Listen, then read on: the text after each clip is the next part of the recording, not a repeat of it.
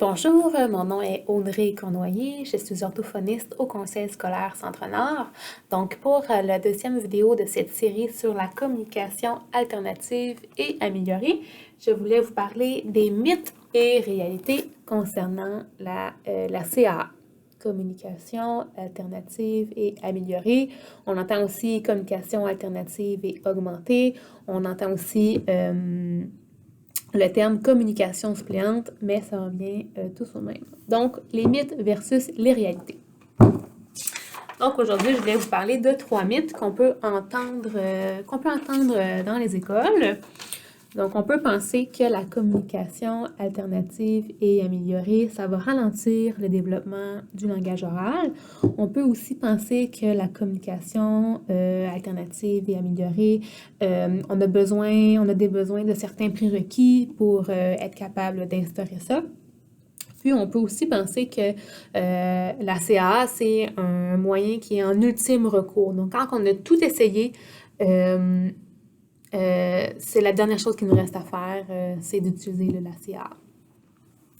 Donc, concernant le premier point, là, que ça va ralentir le développement du langage oral, au final, la recherche montre que non, ça ne ralentit pas du tout le développement de la parole puis de l'expression orale.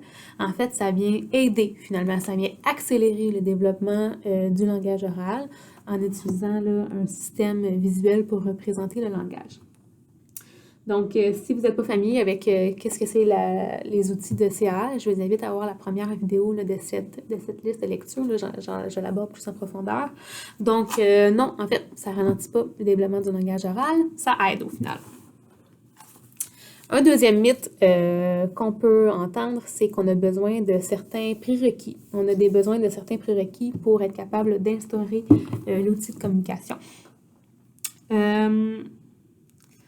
Donc, les prérequis, par exemple, on peut dire, il faut que l'enfant ait au moins 5 ans. En bas de 5 ans, là, il ne comprendra pas nécessairement les outils de communication. Sinon, on peut entendre que si l'enfant a trop de difficultés de comportement, ben là, il va lancer les outils de communication puis il ne saura pas comment les utiliser. Fait qu'il faut que les comportements soient contrôlés pour être capable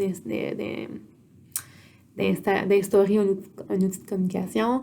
On peut aussi entendre que certains élèves qui ont, par exemple, la déficience intellectuelle, ben, faut qu'il y ait un certain niveau cognitif pour être capable de savoir comment ils vont utiliser les outils de communication. Donc, tous ces besoins-là qu'on pense qui sont prérequis pour pouvoir instaurer la CAA auprès de l'enfant. Au final, non, la recherche montre qu'il n'y a pas de prérequis qui sont nécessaires. Puis un exemple que je peux apporter par rapport à ça, c'est que les bébés, quand ils naissent, ils sont naissants tout petits, puis tout de suite, on commence à les exposer au langage, puis c'est avec le temps que le langage va se développer, alors que le bébé avait aucun prérequis. C'est la même chose pour la communication suppléante.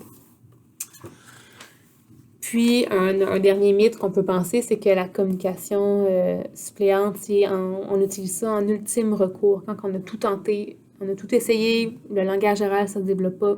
Là, on va instaurer la communication alternative et améliorée. Encore là, non, au final, c'est pas notre dernière chance, on peut dire ça comme ça. Ce qu'on essaie de faire, en fait, c'est d'instaurer la CAA en même temps qu'on continue de stimuler le langage oral. C'est un moyen qu'on va...